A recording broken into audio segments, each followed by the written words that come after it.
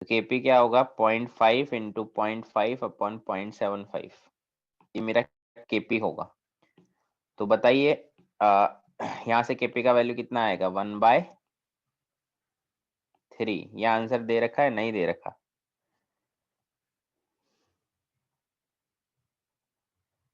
तो हम क्या गलत कर रहे हैं यार, सही तो किया है।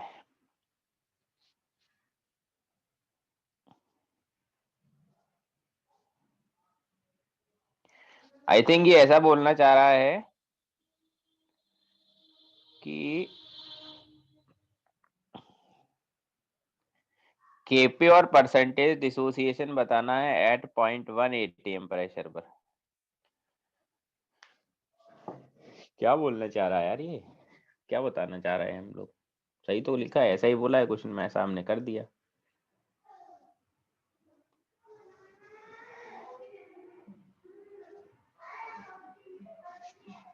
हाँ सर, शायद वो 0.1 एटमॉस्फेयर पे ही बोल रहा होगा। 0.1 एटमॉस्फेयर पे कैसे करेंगे? सर वो मैं भी ऐसे ही किया था, मेरा भी आंसर नहीं आया, इसके लिए पूछा था। वही ना। सर पूछिए ना, किसी ने किया होगा तो उसको मालूम होगा।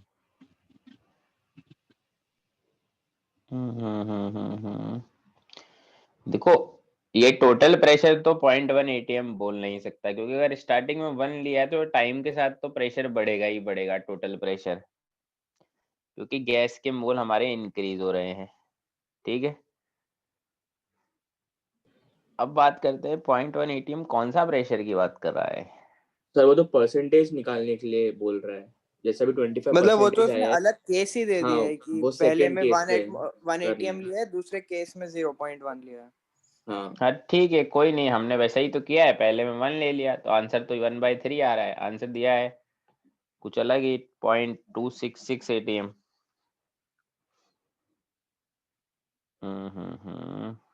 यार ये क्वेश्चन याद तो आ रहा है मेरे को, लास्ट टाइम भी कुछ क्वेश्चन में पंगा था।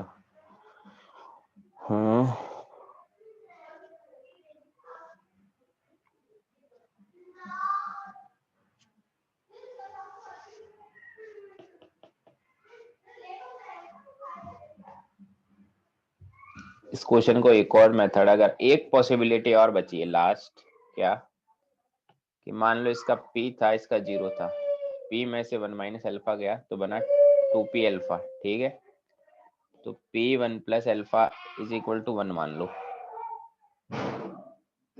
ठीक है,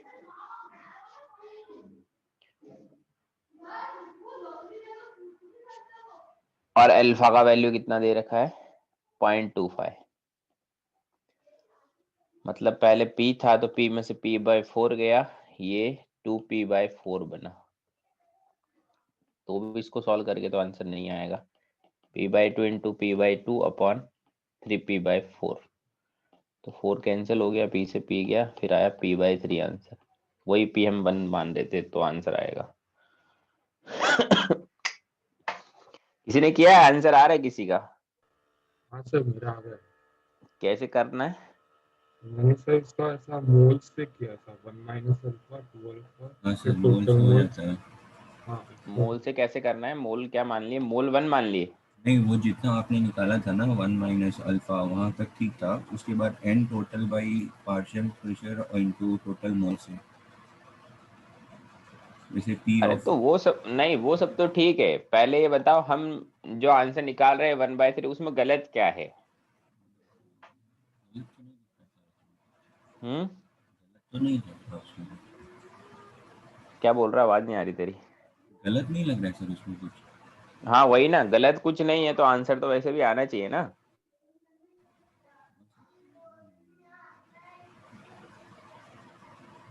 सर ऐसा भी बोल सकते हैं क्या, मतलब आप उसको 1 कैसे ले रहे हो? वो तो क्वेश्चन में देख के कहीं तो नहीं मालूम पड़ रहा है कि 1 से स्टार्ट हो। नहीं, 1 तो ले लेते हैं, फिर कोई दिक्कत नहीं है। ठीक है, चलो ये बोल रहे हैं 1 कैसे लेते, चलो है ना, नई नई चीज हम लोग मान लेते हैं कि स्टार्टिंग में मान लीजिए प्रेशर की, स्टार्टिंग में प्रेशर P मान ले, ऐसा बोल रहा है तू, या फिर मोल मान लेते हैं? नहीं मोल नहीं ए वो मान ले। हाँ क्या पता वो टोटल होगा, टोटल 1। हाँ, तो टोटल 1 मान के भी तो अभी करा था, टोटल 1 माना भी तो था, अभी उससे भी कुछ हाँ पता नहीं चला। हाँ सर हाँ।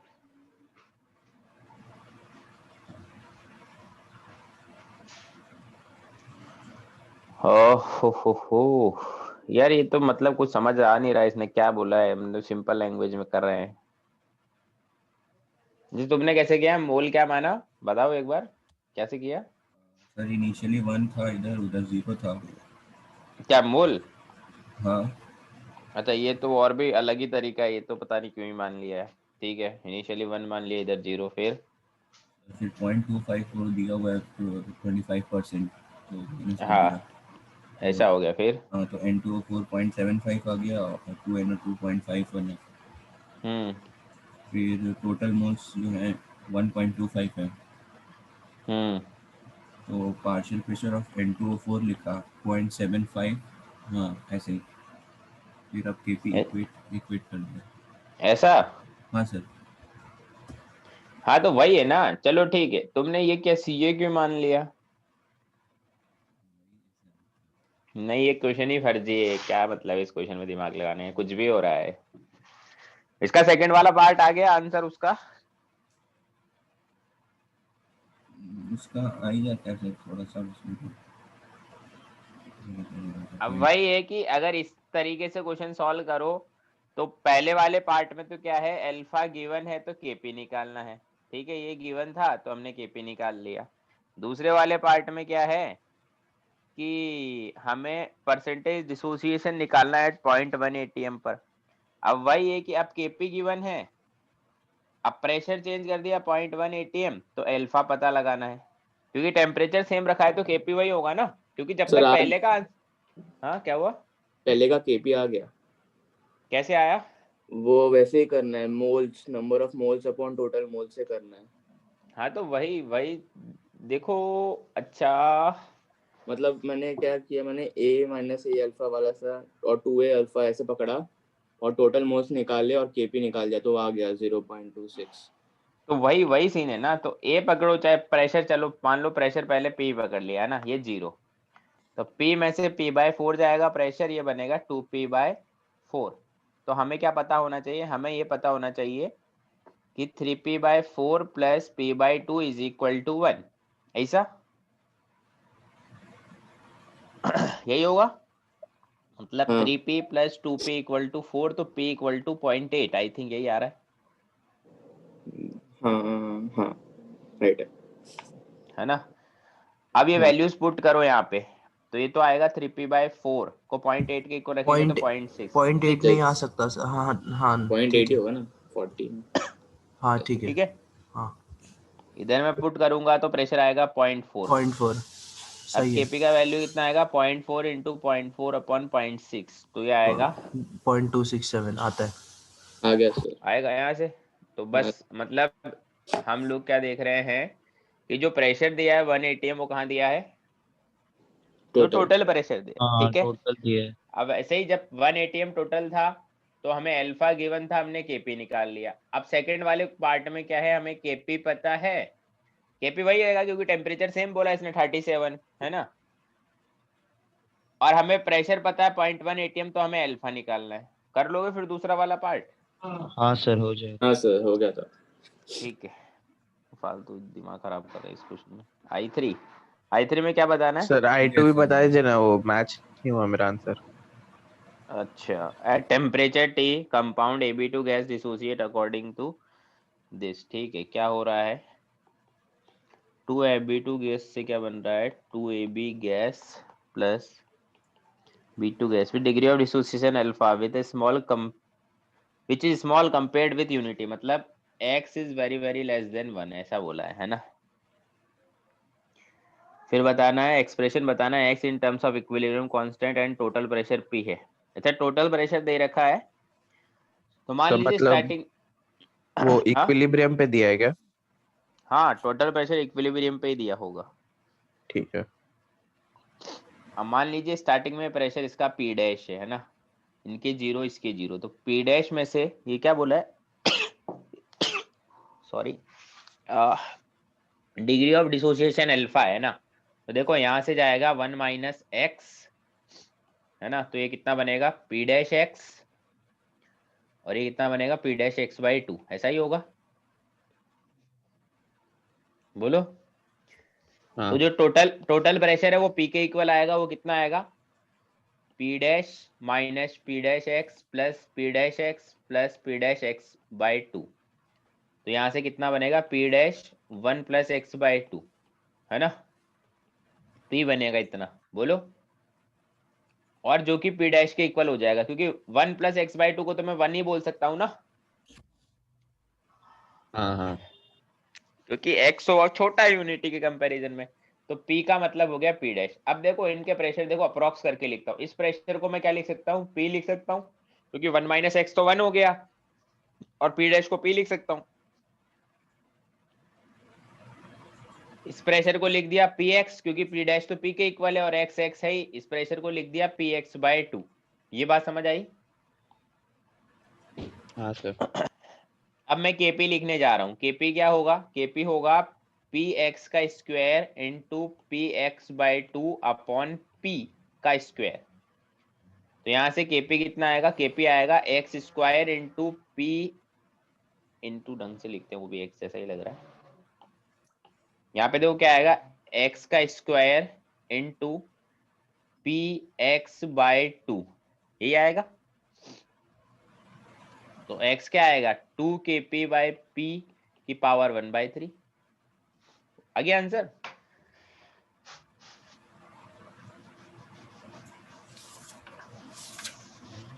बोलो। हाँ sir.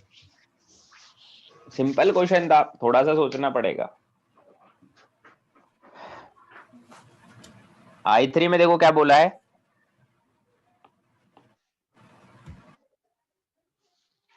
Vapour density of equilibrium mixture is found to be this. तो वेपर डेंसिटी दे रखी है मिक्सचर की, कितना 38.33, तो मोलर मास होगा मिक्सचर का, इक्विलिब्रियम मिक्सचर का मोलर मास कितना होगा 38.33 इंटू डबल। अब इसमें कौन सा वाला पार्ट बताऊं, 4 पार्ट दिए हैं, बोलो। अरे किसने डाउट पूछा, I3 कौन सा वाला पार्ट सर बताना है? पहला सारे, वाला पार्ट। हाँ पहला वाला पार्ट का मतलब वही है, एबनॉर्मल मॉलिक्यूलर वेट, मतलब मिक्सचर का मॉलिक्यूलर वेट पूछ रहा है वो। अच्छा ठीक है, फिर तो हो जाएगा। हाँ यही आंसर होगा, इसका डबल करिए मिक्सचर का मॉलिक्यूलर वेट, देख लो ये कितना होता है, ठीक है। चलिए सेक्शन आई हो गया, सेक्शन जे में कोई डाउट है? कौन सा?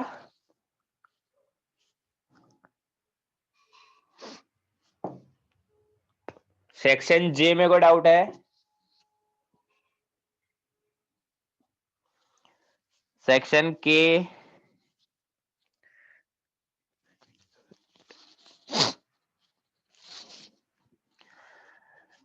सेक्शन के में कोई doubt? Section L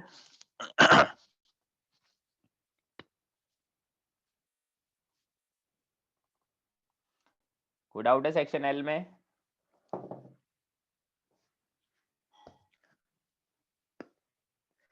section M,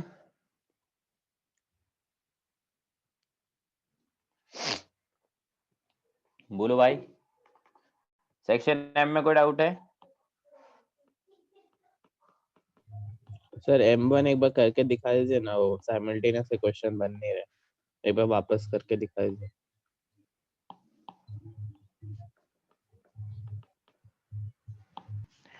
M1 में क्या बोला है, two solid A and B dissociate into gases product at this, तो ठीक है लिख दो इक्वेशन। A सॉलिड है, A डैश गैस में जा रहा है प्लस H2S गैस में जा रहा है, B सॉलिड है जो B डैश गैस में जा रहा है प्लस H2S गैस में जा रहा है, प्रोडक्ट्स कॉमन है इनके। एट क्या बोला है at 20 degree Celsius pressure over axis solid is this, pressure over axis solid B is this, है ना, मतलब उसके ऊपर इतना प्रेशर डेवलप हो गया है। अब देखो A कुछ भी था, उसमें से X खत्म हुआ तो ये X और X बनेगा, बोलो। हाँ बी सॉलिड था, उसमें से y खत्म हुआ तो ये y और y बनेगा। बोलो। हाँ सर। तो अब देखो x के ऊपर प्रेशर है कितना 50 mm का, b के ऊपर प्रेशर है 60 mm का। तो इनको जो कॉमन है उनको तो कॉमन कर देंगे। बोलो। हाँ सर। अब देखो बात समझो, मैं ना डायरेक्ट लिख सकता हूं, डायरेक्ट देखो मैं कैसे लिखूंगा। जो partial pressure of A dash आएगा ना, इसमें देखो अब सोचना पड़ेगा, बिल्कुल एकदम सोचना तो पड़ेगा। क्या पार्शियल प्रेशर ऑफ जो ए डैश आएगा, ध्यान से सुनना, वो आएगा 25 mm of Hg। Partial pressure of B dash आएगा, वो आएगा 30 mm ऑफ Hg। और जो पार्शियल प्रेशर ऑफ ये पी डैश क्यों लिख दिया है मैंने, बी डैश लिखना चाहिए था। पार्शियल प्रेशर ऑफ H2S आएगा, वो आएगा 25 प्लस 30 70। क्या कर रहा हूँ यार मैं, 55 होगा वही ना। नहीं नहीं नहीं, कुछ ज्यादा जोश जोश में ज्यादा लिख दिया मैंने, इक्वेशन ही बनानी पड़ेगी।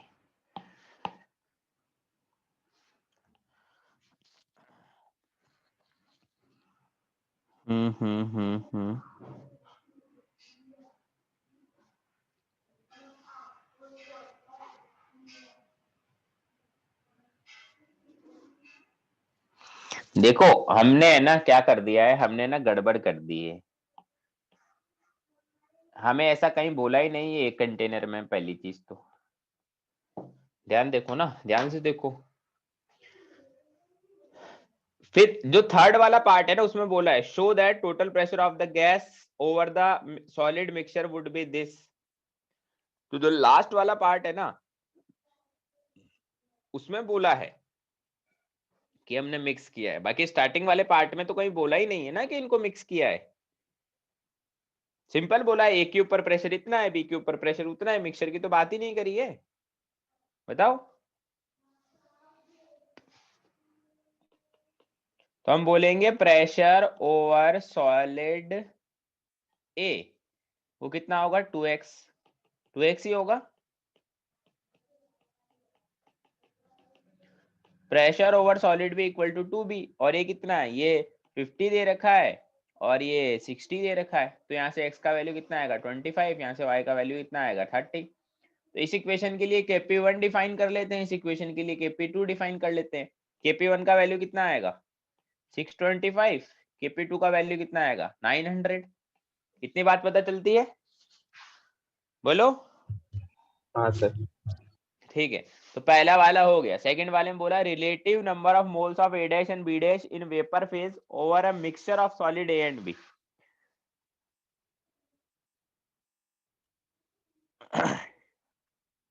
अब देखो क्या है, अब इसने बोला अब दोनों को मिक्स कर दिया है। मिक्स करेंगे तो A सॉलिड में से A डैश गैस और H2S गैस बनेगा, B सॉलिड में से B डैश गैस और H2S सॉलिड बनेगा। सपोज करो ये P आएगा, यहाँ से PA आएगा, PA नहीं P1 ऐसा कुछ मान लेते हैं। ये P1 आएगा, ये P1 आएगा, ये P2 आएगा, ये P2 आएगा, इधर P1 और इधर P2 ऐसा।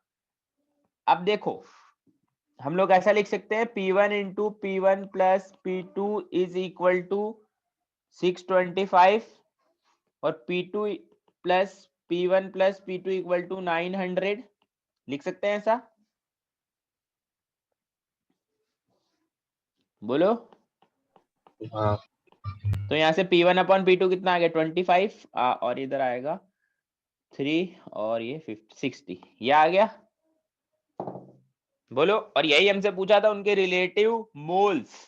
ये हमने प्रेशर का रेशो निकाल लिया ए डैश और बी डैश के प्रेशर का रेशो, जो प्रेशर का रेशो होगा वही मोल का रेशो होगा। हाँ तो बस आ गया ये आंसर। थर्ड वाला बोला है show that the total pressure of the gas over the solid mixture would be 39। I think ये आंसर रॉन्ग दिया है, जहां तक मेरे को याद आ रहा है, पुरानी यादें ताजा हो रही है, ये आंसर रॉन्ग है। अब देखो दो इक्वेशन है, दो अननोन है, इक्वेशन 1 इक्वेशन 2।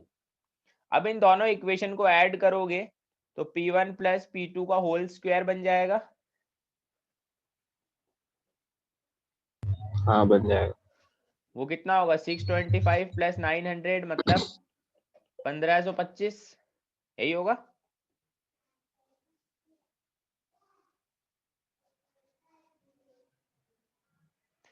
तो P1 प्लस P2 कितना आ गया, अप्रॉक्स 39 आएगा, है ना। अब देखो इसने ये नहीं पूछा है, इसने बोला है कि show that total pressure of the gas over the solid mixture would be. अब सॉलिड मिक्सचर के ऊपर गैस का टोटल प्रेशर कितना होगा, क्या वो P1 प्लस P2 है टोटल प्रेशर गैसेस के मिक्सचर के ऊपर? कितना प्रेशर है गैसेस के मिक्सचर के ऊपर, इसका डबल प्रेशर है ना, क्योंकि P1 और P2 प्रेशर तो सिर्फ A डैश और B डैश का ही हो गया है बस, साथ में H2S का भी तो P1 प्लस P2 काउंट करना पड़ेगा। बोलो। हाँ सर। अरे बात समझ आती है नहीं आती तुम लोगों को? समझा। इसने बोला है show that total pressure of gases, वो इतना नहीं होगा, वो ये होगा, मतलब उसका डबल करना पड़ेगा हमें। तो ये जो दिया है ना थोड़ा रॉन्ग लिखा है, ये 78 कर लो इसको, 78 mm है प्रेशर ऊपर, ना कि 39 है। ठीक है। हाँ सर। और सर कोई डाउट है? हाँ बोलो। सर वो मतलब आपने बोला कि उसके ऊपर दिया नहीं है कि हम लोग इसको मिक्स करें कि नहीं, इसके लिए आपने पहले पार्ट में केपी निकालते वक्त नहीं मिक्स किया ना। हम्म। अच्छा तो मतलब क्वेश्चन में जाता मेंशन नहीं करेगा हम लोग मिक्स नहीं हाँ करें। देखो, जैसे जैसे है ना, जैसे देखो M2 क्वेश्चन में लिखा है when NO and NO2 are make the following equilibria readily obtain.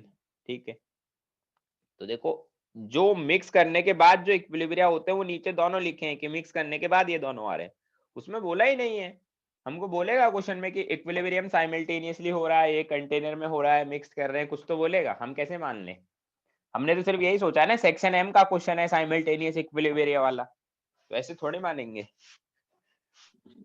ठीक है सर। चलिए एक्सरसाइज 1 पार्ट 2 पर आ जाते हैं। इसमें हम लोग बात करें सेक्शन EFG। जल्दी से बोलो।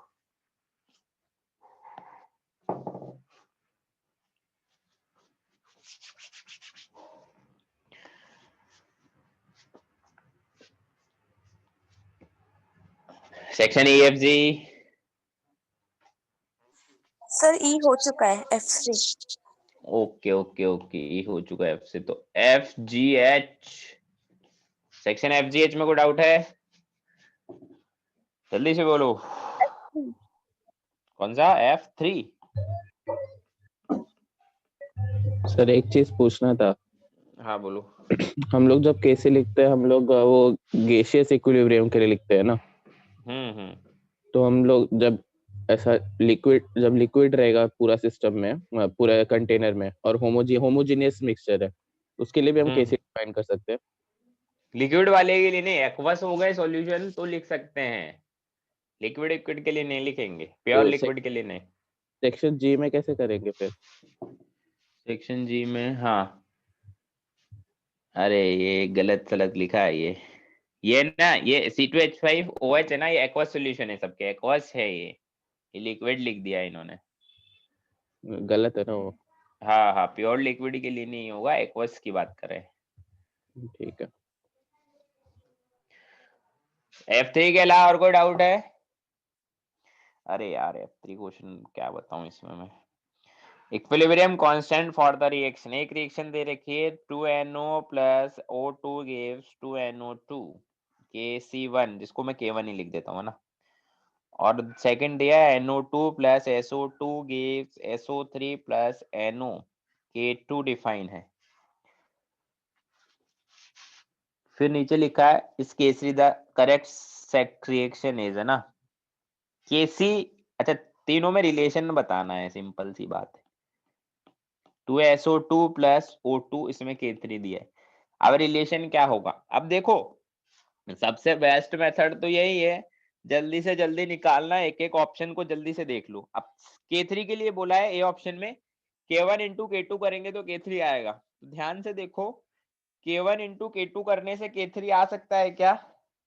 तुम्हें ये तो पता है ना K1 इंटू K3 करने का मतलब दोनों रिएक्शन को ऐड करना है, पता है ये? हाँ सर, पर सर वहाँ करेक्ट रिएक्शन पूछा है, वो मुझे नहीं समझा।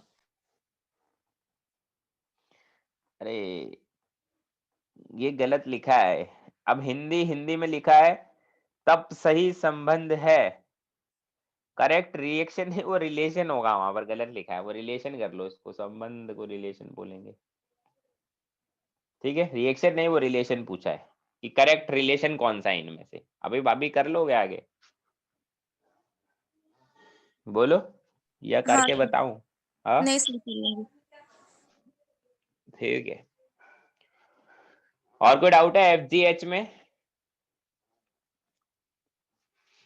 सर H3 H3 में देखो क्या बोला है, sodium ammonium carbamate dissociate to give ammonia and carbon dioxide as follows, which of the following graph correctly represent the equilibrium. देखो पहली चीज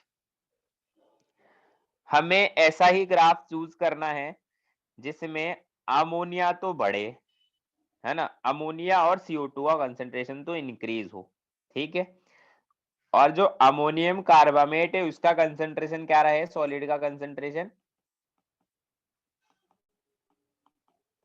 कांस्टेंट रहे, है ना, सॉलिड का कंसेंट्रेशन कांस्टेंट रहे, बाकी अमोनिया और CO2 का कंसेंट्रेशन बढ़े, क्योंकि वो डिसोसिएट हो रहा है तो ऑब्वियसली इनका कंसेंट्रेशन बढ़ेगा, और बढ़ने की भी एक लिमिट होगी, एक लिमिट के बाद बढ़ना रुक भी जाएगा।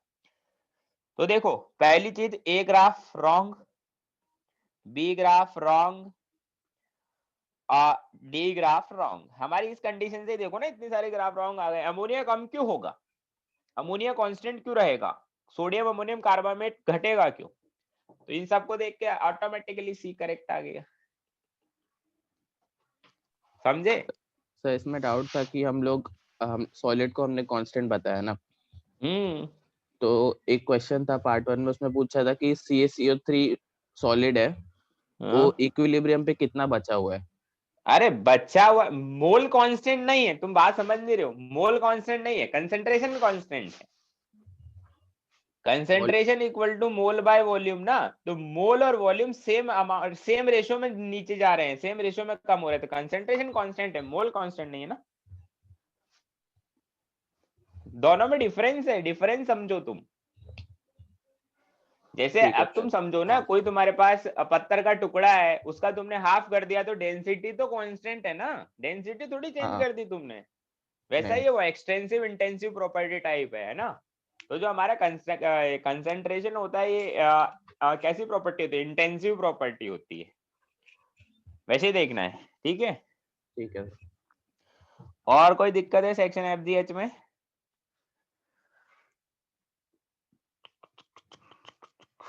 नहीं है, चलो इसके बाद FGH के बाद क्या आते हैं, IJK। सेक्शन IJK में बोलो। I3 का ग्राफ है। I3 का क्या करना है?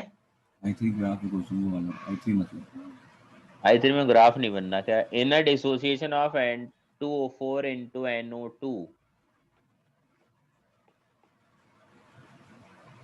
द वैल्यूज ऑफ दिस, है ना, द अल्फा, ये वो है ना, बिफोर डिसोसिएशन आफ्टर डिसोसिएशन, ठीक है। तो देखो हमने ऐसा बोला है after dissociation d is equal to this upon 1 plus n-1 alpha, मतलब ये, तो d by d is equal to हो गया 1 प्लस अल्फा। अब इसमें ग्राफ बनाना है, तो इसमें मैं क्या बताऊं, ये तो क्लास नोट्स में नहीं करवाया ये।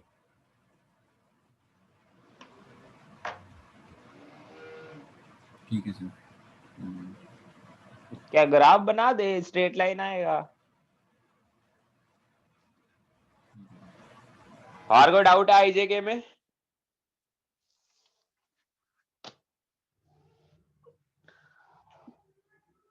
बोलो।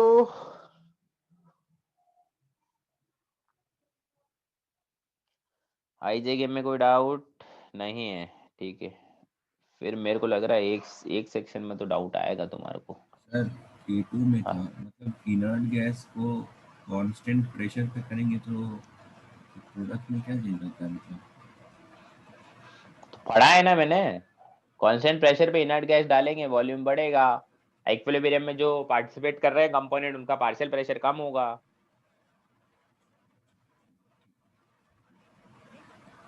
नहीं पढ़ा है ऐसा? N2 plus 3H2 gives 2 NH3 है ना। Some inert gas at constant pressure is added to the system। तो इसका ओवरऑल इफेक्ट कैसा मानते हैं? इनर्ट गैस का मतलब वॉल्यूम बढ़ा है, मतलब प्रेशर डिक्रीज होने वाला इफेक्ट मानते हैं, ऐसा पढ़ा है ना मैंने। तो प्रेशर डिक्रीज होने वाला इफेक्ट है तो प्रेशर बढ़ाएगा, रिएक्शन बैकवर्ड में जाएगी। बैकवर्ड में जाएगी मतलब देख लो बैकवर्ड में जाएगी तो क्या क्या होगा, बोलो क्या दिक्कत क्या है, क्या समझ नहीं आ रहा तुम्हें?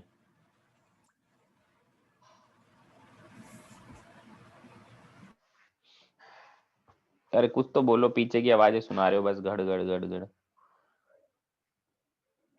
मतलब सिंपल है, थ्योरी में पढ़ाया हुआ है ये तो, मतलब बहुत बहुत ही सिंपल क्वेश्चन है। और कोई डाउट है सेक्शन आईजेके में? बोलो। नहीं है, सेक्शन एल में तो होगा ही डाउट, सेक्शन एल में बोलो।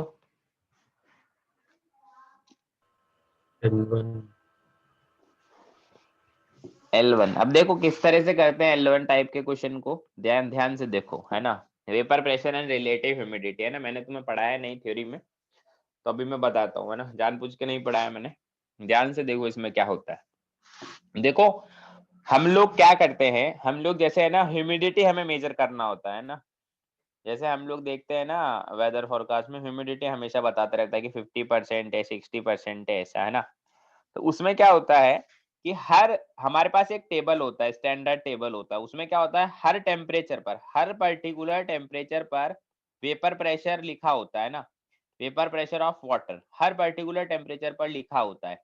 इस टेम्परेचर पर वाटर का वेपर प्रेशर इतना होता है, इस टेम्परेचर पर इतना होता है, इस टेम्परेचर पर इतना होता है ना। सपोज करो पर्टिकुलर कोई टेम्परेचर है, सपोज करो है ना हमारा अगर मान लो 40 डिग्री सेल्सियस टेम्परेचर चल रहा है एटमॉस्फेयर का, और उस पर है ना, उस पर हमारा वेपर प्रेशर मान लीजिए ऐसा लिखा है 40 mm ऑफ Hg है ना। अब ह्यूमिडिटी हमें निकालना है, तो हमें देखेंगे, हम एटमॉस्फेयर से एक सैंपल लेंगे है ना, एयर का सैंपल लिया हमने एटमॉस्फेयर से। अब उस एयर के सैंपल में वाटर का प्रेशर चेक किया है ना, तो उस एयर के सैंपल में क्या होगा, अलग अलग गैसेज होगी। अब उसमें वाटर का प्रेशर चेक किया तो उसमें देखा उस एयर के सैंपल में जो इंडिविजुअल प्रेशर आ रहा था वाटर का वो 10 mm ऑफ Hg आ रहा था। तो हम बोलेंगे परसेंटेज ह्यूमिडिटी कितना है कि वाटर का उसमें कंट्रीब्यूशन कितना है, होना तो चाहिए था 40 बट है 10 into 100, तो ह्यूमिडिटी कितनी आ गई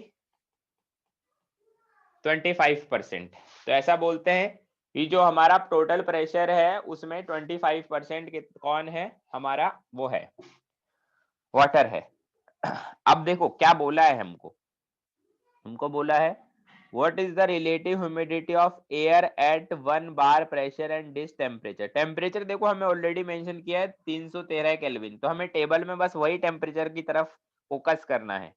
if partial pressure of water in air, air में प्रेशर कितना दे रखा है, एयर में वाटर का पार्शियल प्रेशर कितना दे रखा है 19.355 mm ऑफ Hg, और एक्चुअल में अगर वाटर प्योर होता है तो उसका प्रेशर कितना होता है 313 केल्विन पे 55, और एयर में है 3.55 into 100 कर लो, तो यहाँ से क्या आ जाएगा उसका रिलेटिव ह्यूमिडिटी या फिर ह्यूमिडिटी जो भी ये बोलना है, सॉल्व कर लेना, यहाँ से आंसर आ जाएगा तुम्हारा। समझे? बोलो। हाँ सर। L3 भी सेम ही है ना फिर? क्या L3 भी वैसे ही करना पड़ेगा ना? हाँ वैसे ही करना पड़ेगा, यही कॉन्सेप्ट है एकदम सेम। जैसे है ना मान लो हम है ना, हम सपोज करो हम किसी कंटेनर में पानी बॉईल कर रहे हैं ना, और अंदर वाटर की वेपर बन रही है और सिर्फ वाटर ही प्रेजेंट है अंदर और उसी की वेपर है, तो वहां पर रिलेटिव ह्यूमिडिटी कितना % होगा?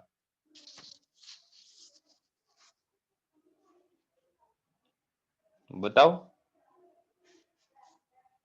एक्चुअल में रिलेटिव ह्यूमिडिटी का मतलब ये होता है कि एटमॉस्फेयर में जो हमारे पे प्रेशर लग रहा है उसमें वाटर का वो कितना है, वाटर का कंट्रीब्यूशन कितना है। अब किसी कंटेनर में हम लोग वाटर को बॉईल कर रहे हैं और अंदर वाटर की वेपर बन गई है ना, एकदम वाटर की वेपर ही वेपर है, तो वहां पर रिलेटिव ह्यूमिडिटी कितनी होगी, 100%। हाँ वैसा ही करना है हमें। सेक्शन एल में और कोई डाउट है, बोलो।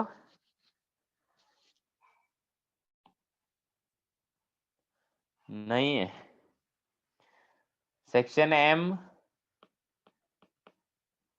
के बाद पूछेगा, एम लास्ट है। हाँ सर L2 वाला भी एक बार बता दीजिए कैसे कंपेयर करेंगे। तू पहले ये बता, तू होमवर्क करके लाया या नहीं लाया। क्या है नहीं, मेरे को जिस हिसाब से तूने डाउट पूछा ना, लग नहीं रहा मेरे को होमवर्क तू करके लाया है। भाई लोग अभी तक भी जाग रहे हैं, नहीं करके लाया होमवर्क। जैसे बीच बीच में डाउट पूछते हैं, होमवर्क जो करके लाते हैं वो एक ही बारी में सारे डाउट पूछ लेते हैं। देखो पहले वाले में हमारे लिए पहले वाले के लिए मैं KP1 बोल देता हूँ, दूसरे वाले के लिए मैं KP2 बोल देता हूँ, तीसरे वाले के लिए मैं KP3 बोल देता हूँ। पहले वाले के लिए जो KP1 आएगा पार्शियल प्रेशर ऑफ वाटर का स्क्वायर होगा, दूसरे वाले में जो KP2 आएगा पार्शियल प्रेशर ऑफ वाटर की पावर 5 होगा, तीसरे वाले में जो KP3 आएगा पार्शियल प्रेशर ऑफ H2O का क्यूब होगा। यही होगा, बोलो। तो पहले वाले इन सभी से वाटर का पार्शियल प्रेशर निकाल लो। पहले वाले से वाटर का पार्शियल प्रेशर आएगा 2 × 10⁻⁻² atm। दूसरे वाले से आएगा कितना आएगा, 2 की पावर 5 क्या होती है, 3 की पावर 5 है क्या, क्या है ये, 3 × 3 × 3 × 3 × 3, हाँ ये 3 की पावर 5 है ना, 243। तो 3 की पावर 5 तो ये तो 3 हो गया और -2 तो ये हो गया -2। ऐसे ही लास्ट वाले में आएगा क्यूब है ना, तो 4 का क्यूब मतलब 4 × 10⁻²। ठीक है, ये पार्शियल प्रेशर आ गए। अरे बंद कर यार अपने ऑडियो को, बड़े पीछे से बहुत खतरनाक नॉइज आता है तेरे। केपी आ गया है ना। What is the order of partial pressure of water vapour at equilibrium. अच्छा वो तो हम बता ही सकते हैं, पार्शियल प्रेशर ऑफ ए कि जो ये ए इक्वेशन थी, ये बी ये सी, कि सबसे ज्यादा पार्शियल प्रेशर कहाँ है, सी में, फिर बी में, फिर ए में। ठीक है, ये तो हो गया। अब जहां पार्शियल प्रेशर ज्यादा होगा वहीं तो रिलेटिव ह्यूमिडिटी ज्यादा होगी, क्योंकि हम बोलते हैं एक पर्टिकुलर टेम्परेचर पर वाटर का प्रेशर जो हमें स्टैंडर्ड टेबल में गिवन होता है इनटू 100, और ऊपर उस पर्टिकुलर टेम्परेचर पर वाटर का कितना पार्शियल प्रेशर है एटमॉस्फेयर में। पार्शियल प्रेशर जिसका ज्यादा, ये तो स्टैंडर्ड वैल्यू है, जो डिनोमिनेटर में आ रही है वो तो स्टैंडर्ड वैल्यू है, 100 होता है ये फिक्स। इसका पार्शियल प्रेशर ज्यादा, उधर रिलेटिव ह्यूमिडिटी ज्यादा, तो इस अकॉर्डिंग हमारा ये आंसर आ जाएगा। समझ गए। सेक्शन एम में और कोई डाउट है, बोलो। पार्ट 3 भी दिया था मैंने, एक्सरसाइज 1 पार्ट 3 में, बोलो।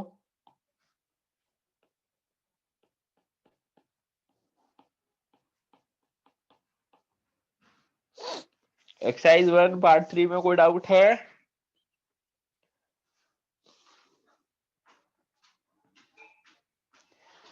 नहीं है कोई डाउट। अगर जो लोग होमवर्क करके नहीं लाते हैं, मैं उनको वापस से बोल रहा हूँ होमवर्क करना स्टार्ट कर दे। होमवर्क नहीं करोगे तो कोई मतलब नहीं निकलने वाला। फिजिकल केमिस्ट्री में तो स्पेशली बोल रहा हूँ, होमवर्क नहीं करोगे तो थ्योरी तुम कितनी भी पढ़ लो, तुम 10 बार पढ़ लो, 20 बार पढ़ लो, कुछ नहीं होगा, चाहे तुम्हें बिल्कुल कितनी भी अच्छे से थ्योरी समझ आती हो।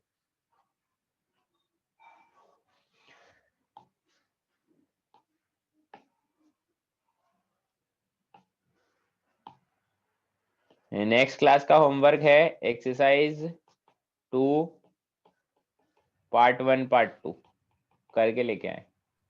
सर आयोनिक से दे दीजिए ना थोड़ा। क्यों दे दे भाई आयोनिक से,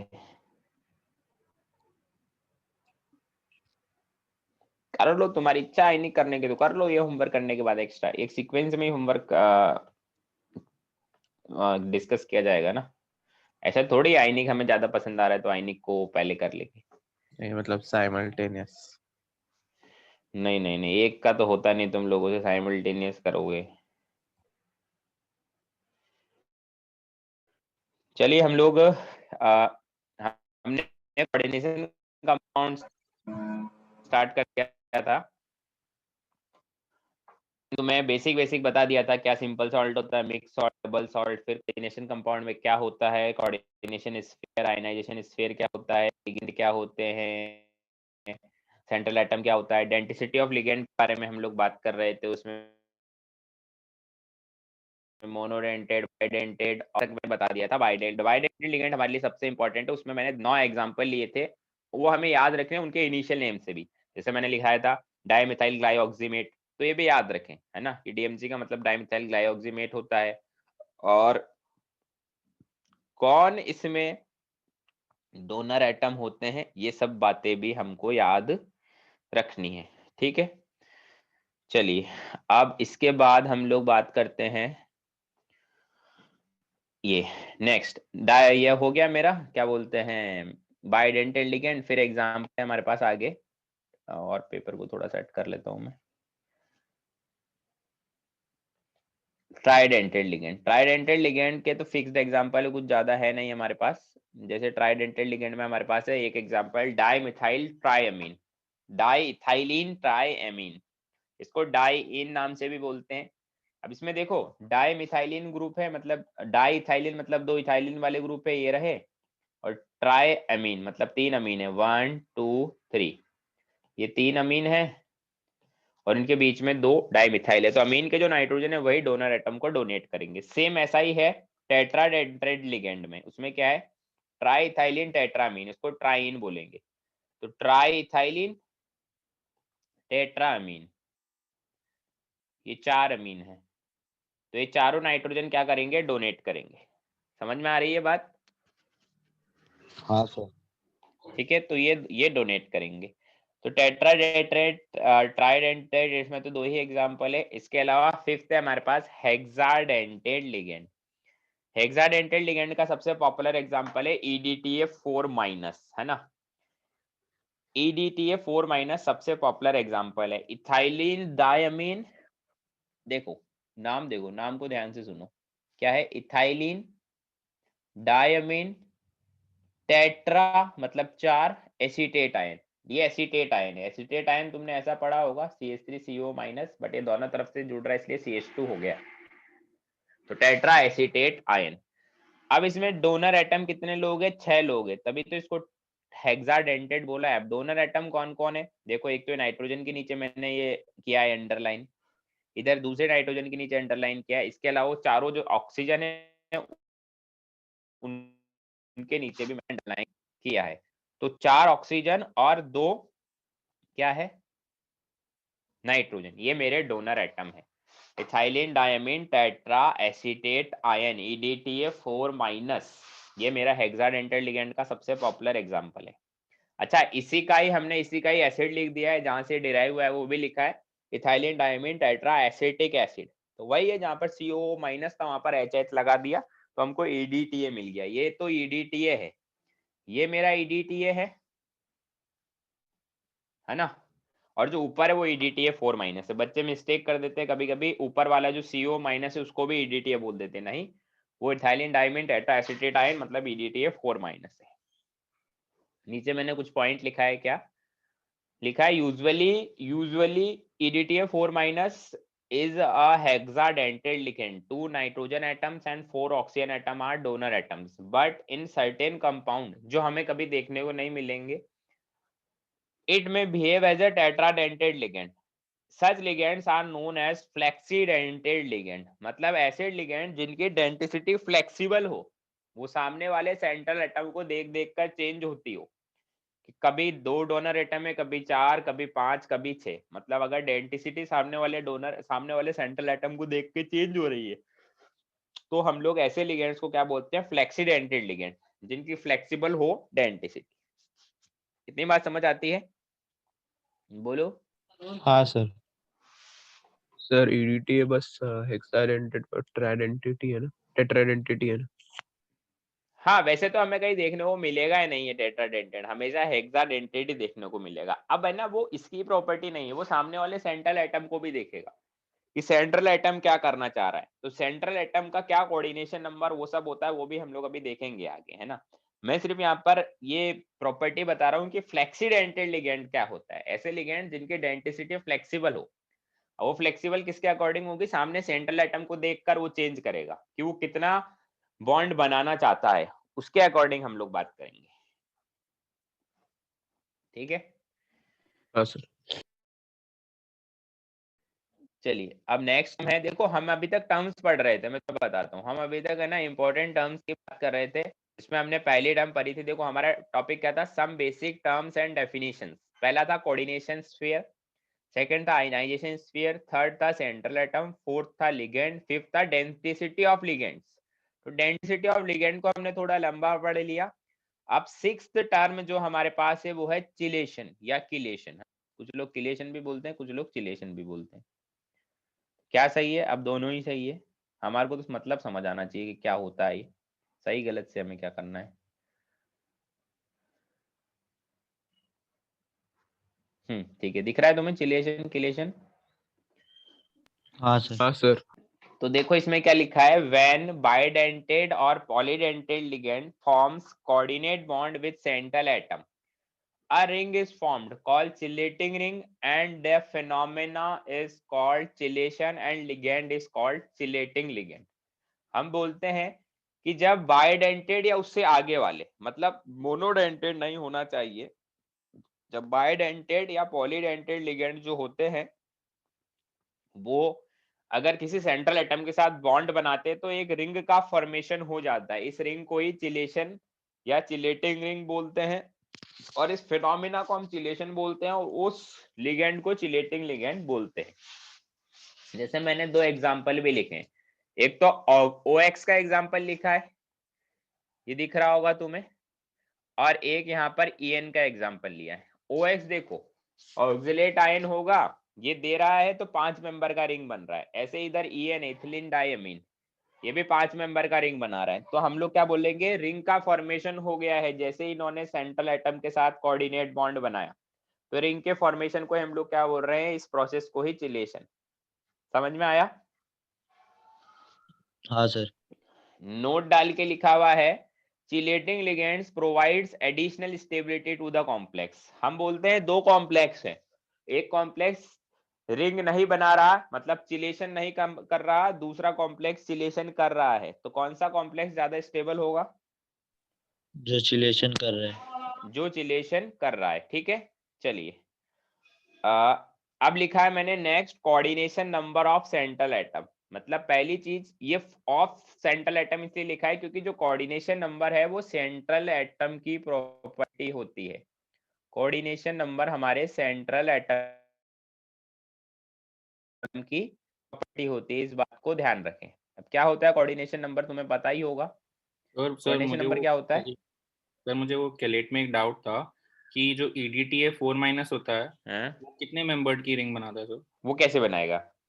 हाँ वो अभी मैं कराऊंगा, ये मैं एक क्वेश्चन में दूंगा तुम्हें, एक क्वेश्चन में मैं तुमसे यही पूछने वाला हूँ, ठीक है। तो अभी रुको रुको थोड़ा इंतजार करो। किलेटिंग से एडिशनल स्टेबिलिटी मिलती है, उसका कोई रीजन है? यार इसका रीजन तो ऐसा मतलब ऐसा ही है कि हम लोग ऐसा बोलते हैं केमिस्ट्री में कि जितने ज्यादा मॉलिक्यूल एक प्लेन में एग्जिस्ट करते हैं उतनी ज्यादा उनमें स्टेबिलिटी होती है। इसके आगे तो कोई रीजन होता नहीं। ठीक है सर। रिंग बनेगा तो एक प्लेनरिटी आएगी, बस ऐसा ही बोलते। चलो वो तुम बोल रहे हो कितने मेंबर का रिंग बनेगा, वो मैं एक क्वेश्चन में दूंगा आगे तुम्हें, है ना।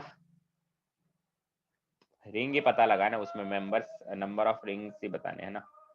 अब देखो नेक्स्ट टाइम है हमारे पास coordination number of central atom. क्या होता है coordination number of central atom? हम बोलते हैं it is defined as the number of sigma coordinate bond form by various ligand with a central atom in a complex. पहली चीज क्या है कि कोऑर्डिनेशन नंबर किसकी प्रॉपर्टी है? सेंट्रल एटम की। सेंट्रल एटम की। तो सेंट्रल एटम लिगेंड्स के साथ, जितने भी लिगेंड है उनके साथ जितने भी सिग्मा कोऑर्डिनेट बॉन्ड, मतलब उस कोऑर्डिनेट बॉन्ड की बात हो रही, फॉर्म्ड जितने भी कोऑर्डिनेट बॉन्ड बना रहा है विथ वेरियस लिगेंड्स, तो वो कोऑर्डिनेट बॉन्ड का नंबर ही क्या बताएगा, उसका कोऑर्डिनेशन नंबर, वही हमारा कोऑर्डिनेशन नंबर होता है। ठीक है, बोलो। हाँ सर। अब जैसे मैंने एग्जांपल भी लिखा है, फॉर एग्जांपल FeCN6 4-, इसमें आयरन देखो कितने बॉन्ड बनाएगा, उसके लिए हमें सबसे पहले तो चेक करना पड़ेगा साइनाइड आयन कैसा लिगेंड है। कैसा लिगेंड है साइनाइड आयन? मोनोडेंटेड है, मतलब एक साइनाइड आयन एक सिग्मा बॉन्ड या एक कोऑर्डिनेट बॉन्ड बना सकता है। तो 6 साइनाइड आयन 6 कोऑर्डिनेट बॉन्ड बनाएंगे, तो जो आयरन है वो 6 कोऑर्डिनेट बॉन्ड बना रहा है, तो उसका कोऑर्डिनेशन नंबर हो गया 6। ऐसे एग्जाम्पल 2 देखो, नीचे लिखा है एग्जाम्पल 2। एग्जाम्पल 2 क्या लिखा है, CONH3 6Cl3। अब NH3 अमोनिया मेरा कैसा लिगेंड है, मोनोडेंटेड लिगेंड है, तो 6 है तो 6 होगा coordination number. Cobalt total 6 bond coordinate bond बना पाएगा अमोनिया के साथ।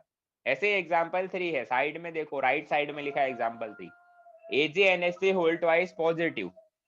अमोनिया अगेन मेरा मोनोडेंटेड लिगेंड है, 2 अमोनिया है, तो कोऑर्डिनेशन नंबर कितना हो गया, 2। अब देखो एग्जांपल 4, COOX होल थ्राइस 3-। अब ऑक्सिलेट कैसा लिगेंड होता है, बाइडेंटेड। तो एक ऑक्सिलेट 2 कोऑर्डिनेट बॉन्ड बनाएगा, तो 3 ऑक्सिलेट 6 कोऑर्डिनेट बॉन्ड बनाएंगे, तो कितना हो गया हमारे लिए, 6 हो गया कोऑर्डिनेशन नंबर कोबाल्ट का। ऐसे ही देखो 5th एग्जांपल में लिखा है CaEDTA और ऊपर आगे लिखा है 2-। अब हमें पता है जनरली EDTA हेक्साडेंटेड लिगेंड ही होता है, तो एक EDTA है तो 6 कोऑर्डिनेट बॉन्ड बना लेगा, तो कैल्शियम का कोऑर्डिनेशन नंबर कितना हो गया, 6। एग्जांपल नंबर 6 देखो, PTEN होल ट्वाइस Cl2। अब EN जो होता है एथिलीन डायमीन, वो कैसा होता है, बाइडेंटेड। अब 2 है तो टोटल 4 कोऑर्डिनेट बॉन्ड बनाएगा प्लैटिनम के साथ। समझ रही है बात? अब देखो 7th एग्जांपल में बहुत सारे लिगेंड है, कोबाल्ट, फिर एक NH3, एक Br, एक Cl और 3 H2O। अब मुझे पता है अमोनिया एक बॉन्ड बनाएगा क्योंकि मोनोडेंटेड है, Br एक बॉन्ड बनाएगा, मोनोडेंटेड है, Cl एक बॉन्ड बनाएगा, मोनोडेंटेड है, वाटर 3 बॉन्ड बनाएगा, मोनोडेंटेड और 3 है। तो कोबाल्ट ने टोटल कितने बॉन्ड बना लिए, 6 बॉन्ड बना लिए, 6। तो इसका कोऑर्डिनेशन नंबर क्या हो गया, 6। समझे? बोलो। अब नोट डाल के एक पॉइंट लिखा है मैंने, the most common coordination number is 6 followed by 4 and then 2। हम बोलते हैं जितने भी हमें कॉम्प्लेक्स सॉल्ट पता है, जितने भी हमें कोऑर्डिनेशन कंपाउंड पता है, उसमें सबसे कॉमन कोऑर्डिनेशन नंबर क्या देखने को मिला है सारे कंपाउंड्स में, 6। फिर उसके बाद सेकंड नंबर पे 4 और थर्ड नंबर पे है हमारे पास 2। मतलब टॉप 3 बता दिए मैंने, सबसे ज्यादा कोऑर्डिनेशन नंबर 6 के कॉम्प्लेक्स है, फिर 4 के, फिर 2। अब ये टेबल बहुत इंपॉर्टेंट है, ये हमें याद रखनी है, ये हमें काफी हेल्प देगा क्वेश्चन सॉल्व करने में, है ना। तुम शायद हो सकता है कुछ लोगों को पहले से भी पता हो। Some common coordination number of important metals, मतलब हमें याद होना चाहिए कि अगर मेटल मेरा Ag+ है तो हमेशा कोऑर्डिनेशन नंबर 2 में ही रहेगा। अगर मेटल मेरा कॉपर प्लस या Au+ है तो वो कोऑर्डिनेशन नंबर 2 में भी रह सकता है और 4 में भी रह सकता है। अगर पैलेडियम 2+ और प्लेटिनम 2+ है तो 4 में ही रहेगा हमेशा। कॉपर 2+ या निकल 2+ है तो 4 में भी रह सकता है, 6 में भी रह सकता है, 4 और 6 दोनों होंगे। आयरन के हो +2+3, कोबाल्ट के हो +2+3, एल्यूमिनियम का +3, गोल्ड का +3, प्लेटिनम का +4 और स्कैंडियम का +3, ये लोग होंगे तो 6 कोऑर्डिनेशन नंबर में ही रहेंगे हमेशा। तो कैसे भी करो इस टेबल को याद रखो कि Ag+ कोऑर्डिनेशन नंबर 2 में, Cu+ और Au+ 2 और 4 दोनों में रह सकते हैं, पैलेडियम और प्लेटिनम 2+ में 4 में रहेंगे, कॉपर 2+ या निकल 2+, 4 या 6 दोनों में रह सकते हैं, और बाकी नीचे जो बचे इतने सारे वो 6 में रह सकते हैं। ये मैंने कॉमन वही मेटल लिखे हैं जो हमें देखने को मिलेंगे इस चैप्टर में। हो तो बहुत सारे सकते हैं बट जो हमें इस चैप्टर में देखने को मिलेंगे हमने ज्यादातर उन्हीं को लिया है। तो इस टेबल को याद रखे, इंपॉर्टेंट टेबल है, ठीक है। बोलो। चलिए आज हमने क्या लिखा है, अच्छा हम टर्म्स के बारे में ही तो बात कर रहे हैं अभी 7 टर्म हमने पढ़ा है कोऑर्डिनेशन नंबर। अब 8 टर्म, 8वीं टर्म क्या है हमारी,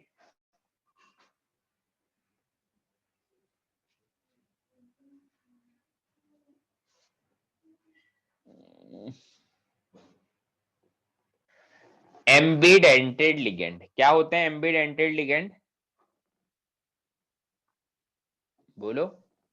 एक से ज्यादा डोनर एटम होते थे मेटल को, जिनमें एक से ज्यादा डोनर साइट्स हो, है ना, तो हम बोलते हैं this have more than one donor atom, है ना, बट एट ए टाइम एक से ही डोनेट करते हैं, है ना। जैसे कुछ एग्जांपल लिखे, CN- में कार्बन भी डोनेशन दे सकता है और हाइड्रोजन भी मेरा डोनेशन दे सकता है ना। सॉरी हाइड्रोजन क्या, नाइट्रोजन। तो मुझे बताओ CN- में नेगेटिव चार्ज है किस पर? कार्बन। कार्बन पर, है ना। तुम लोग इसको पढ़ो एम्बिडेंटेड लिगेंड को, मैं आता हूँ यार 2 मिनट में, है ना।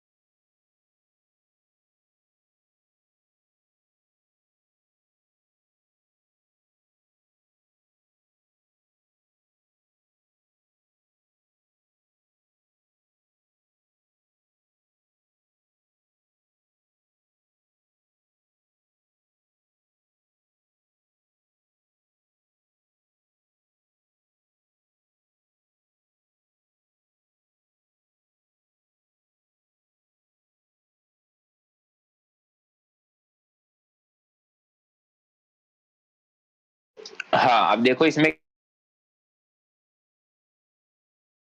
क्या है, पहला वाला था CN डोनेशन दे सकता है नाइट्रोजन से भी। सर आपकी कार्बन आवाज से देगा तो कट रही है। साइनाइड है, नाइट्रोजन से देगा हाँ तो सर। आइसोसाइनाइड। आवाज कट रही है, आवाज यार आनी तो चाहिए, आवाज नेटवर्क तो बराबर आ रहे हैं। सर आवाज नहीं आ रही।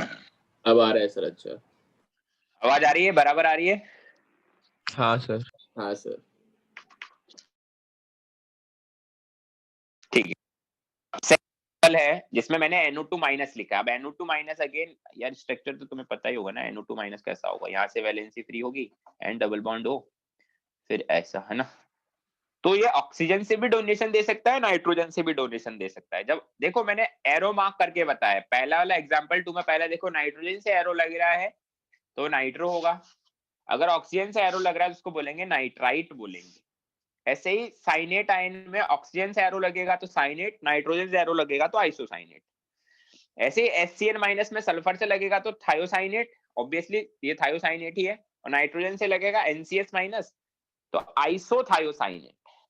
ठीक है, तो एम्बिडेंटेड लिगेंड का सिंपल सा मतलब है कि ऐसे लिगेंड जिसमें more than one donor site हो, ठीक है, तो उनको हम लोग एम्बिडेंटेड लिगेंड बोलेंगे। समझ में आती है बात? बोलो।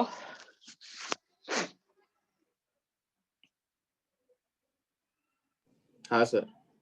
अब देखो जितनी भी जनरल टर्म्स थी हमने सारी पढ़ ली है ना, टोटल 8 टर्म्स के बारे में हमने बात करा। अब चैप्टर को स्टार्ट करते हैं हम लोग। इसमें सबसे पहला है हमारे पास IUPAC nomenclature of coordination compound. CC का मतलब है कोऑर्डिनेशन कंपाउंड, ठीक है। देखो मेन का तो स्पेशल टॉपिक यही है कि कोऑर्डिनेशन कंपाउंड के नेमिंग से क्वेश्चन यही मेन में ही पूछे जाते हैं, एडवांस में तो नहीं पूछते इस टाइप के क्वेश्चन, पर ठीक है जेई मेन में भी पूछे जा रहे तो हमें तो पढ़ने हैं ही, क्योंकि पहले तो मेन ही देना है फिर एडवांस देना है। तो देखो naming of complex part, obviously हम पढ़ रहे हैं naming, IUPAC naming of coordination compound, तो हम कॉम्प्लेक्स पार्ट की ही नेमिंग करेंगे। कॉम्प्लेक्स पार्ट मतलब, कॉम्प्लेक्स पार्ट मतलब क्या? अरे कोऑर्डिनेशन जैसे स्फीयर। हाँ वो कोऑर्डिनेशन स्फीयर, जैसे K4FeCN6 होता है ना। अब इसमें जो स्क्वायर ब्रैकेट के अंदर जो आ रहा है ना FeCN6, यही मेरा क्या है कॉम्प्लेक्स पार्ट, और हमें कॉम्प्लेक्स पार्ट का ही नेमिंग करना है। पोटेशियम का क्या नेमिंग करे, पोटेशियम तो पोटेशियम है। तो जो कोऑर्डिनेशन स्फीयर है ना, जो स्क्वायर ब्रैकेट में आ रहा है, हमें उसका नेमिंग करना है। तो स्क्वायर ब्रैकेट दो लोगों से मिलकर बना होता है, किस किस से? एक तो लिगेंड से और एक और सेंट्रल एटम। किससे? सेंट्रल एटम से। लिगेंड से या सेंट्रल एटम से। तो देखो वही चीज लिखिए, नेमिंग ऑफ कॉम्प्लेक्स पार्ट में एरो बना के लिखा है, हमें दो लोगों की नेमिंग करनी है, या तो नेमिंग ऑफ लिगेंड या नेमिंग ऑफ सेंट्रल एटम। तो हम पहले लिगेंड का नेमिंग पढ़ेंगे, फिर हम लोग सेंट्रल एटम का नेमिंग पढ़ेंगे, ठीक है। तो अब लिगेंड 3 टाइप के हो सकते हैं। अब नेमिंग ऑफ लिगेंड में देखो सबसे पहले लिखा है naming of anionic ligand. Ligand 3 type के हो सकते हैं, या तो एनाइनिक मतलब जिन पर नेगेटिव चार्ज हो, मोस्टली एनाइनिक ही होते हैं, या cationic, rare of the rarest case में कैटाइनिक मिलेंगे, या neutral ligand like ammonia neutral है, वाटर न्यूट्रल है। न्यूट्रल का मतलब चार्ज नहीं है। अब कोई ऐसा नहीं बोल दे अमोनिया तो सर बेसिक होता है, न्यूट्रल का मतलब चार्ज नहीं है ना। तो पहले हम नेमिंग ऑफ एनाइनिक लिगेंड पढ़ेंगे। तो देखो उसके रूल है, कुछ रूल क्या है, सिर्फ इतने से रूल है कि अगर लिगेंड के नेम के लास्ट में आइड आता है तो उसको क्या कर देंगे, आइडो। आइट आता है तो आइटो, एट आता है तो एटो। मतलब हम अल्टीमेटली कर क्या रहे हैं, ई को किससे रिप्लेस कर रहे हैं, ओ से। ओ से, बस यही करना है ना। आइड आएगा तो आइडो, आइट आएगा तो आइटो, और एट आता है तो एटो, है ना। जैसे सबसे पहला लिखा है, एग्जांपल देखो लाइन से देखते जाओ, मैंने बहुत सारे एग्जांपल लिखे, जनरली वही एग्जांपल लिखे जो हमारे यूज में आने वाले हैं। मैं ऐसे चलूंगा, यहाँ से ऐसा ऐसा ऐसा ऐसा ऐसा ऐसा इस सीक्वेंस में आऊंगा नीचे, फिर यहाँ से स्टार्ट होऊंगा, फिर वापस यहाँ से इस सीक्वेंस में नीचे आऊंगा, है ना। सबसे पहले x माइनस दिया है, x माइनस बोले तो f minus Cl minus Br minus I minus. Halide होता है तो हम इनको क्या बोलेंगे, हेलाइडो। फ्लोराइड को फ्लोराइडो, क्लोराइड को क्लोराइडो, ब्रोमाइड को ब्रोमाइडो, आयोडाइड को आयोडाइडो। समझ में आती है बात, बोलो। हाँ सर। तो कहीं कहीं पे हेलाइडो भी देखने को मिलेगा, और ब्रैकेट में मैंने हेलो भी लिख दिया है, क्योंकि आजकल नया ट्रेंड सेट हुआ है कि कुछ कुछ लोग इसको हेलो भी लिख के छोड़ देते हैं, तो वो भी हमें सही ही मानना है।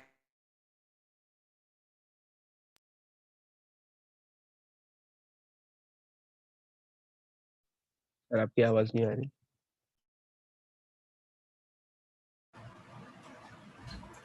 सर आवाज नहीं आ रही आपकी।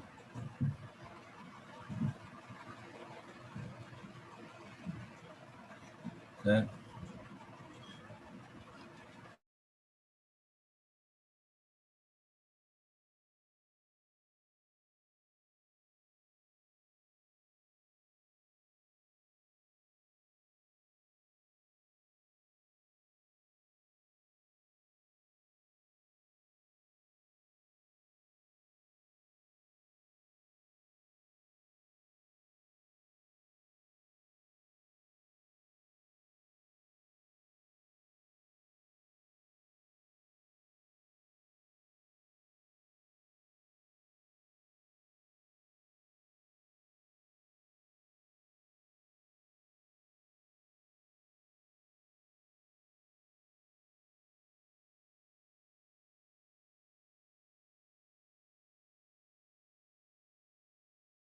आवाज आ रही है मेरी,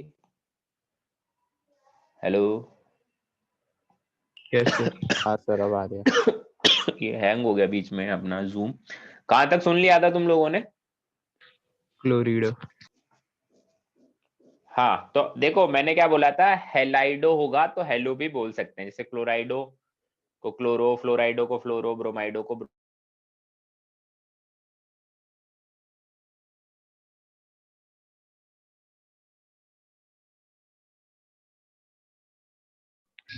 सर फिर से आवाज गई। सही गए।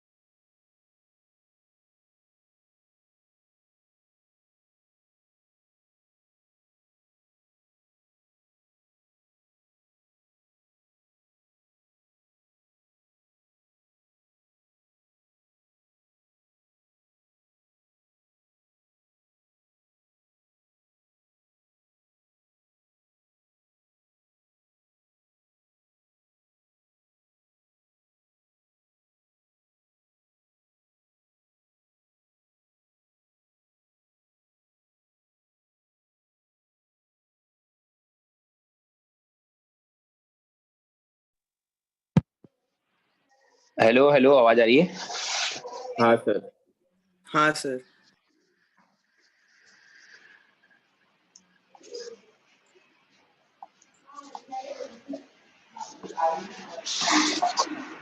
चलिए, हमने कहाँ तक बोल दिया था? हेलो,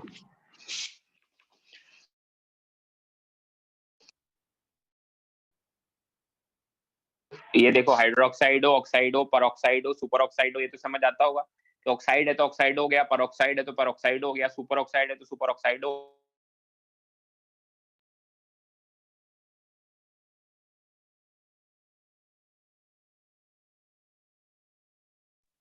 सर आवाज नहीं आ रही।